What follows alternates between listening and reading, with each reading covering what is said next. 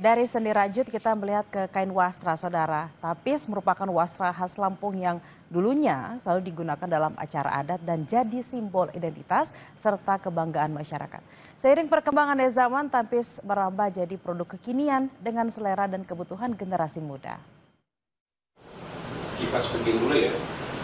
Kain tapis merupakan salah satu warisan budaya Lampung yang memiliki nilai sejarah dan filosofi mendalam. Kain ini biasanya dikenakan dalam upacara adat dan menjadi simbol identitas serta kebanggaan masyarakat Lampung. Namun di tengah perkembangan zaman, pelestarian tapis membutuhkan sentuhan inovasi agar tetap dekat dengan generasi muda. Inovasi itulah yang dilakukan oleh Sony, warga Bandar Lampung, melalui industri kreatif yang ia beri nama Design Style. Sony berkomitmen menghadirkan kreasi tapis dalam bentuk yang lebih modern dan fungsional, tanpa meninggalkan nilai tradisinya. Menurut Sony, kain tapis tidak lagi hanya sekedar kain adat, tetapi bisa diolah menjadi berbagai produk kekinian, mulai dari tas, jaket, sendal, hingga pajangan dinding, yang semuanya diberi sentuhan corak tapis khas Lampung dan bisa digunakan sehari-hari dengan tetap bernilai estetika tinggi.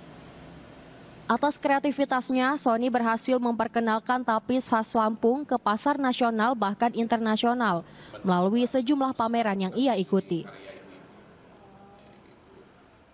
Saya kebetulan mengenyam ilmu di Bali 25 tahun.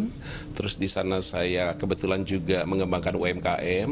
Awalnya beberapa daerah-daerah di Indonesia. Terus berpikir kenapa tidak di daerah saya. Jadi di situ awalnya terpanggil karena kita sebagai putra daerah wajib melestarikan budaya sendiri. Bisa menjadi tas, bisa menjadi sendal juga, bisa menjadi hiasan dinding, home decor, ya juga bisa jadi dipadukan dengan baju-baju, disulamkan di baju, dimodifikasi. Iya, kebetulan kita produksi sendiri, nah bekerja sama dengan UMKM lokal.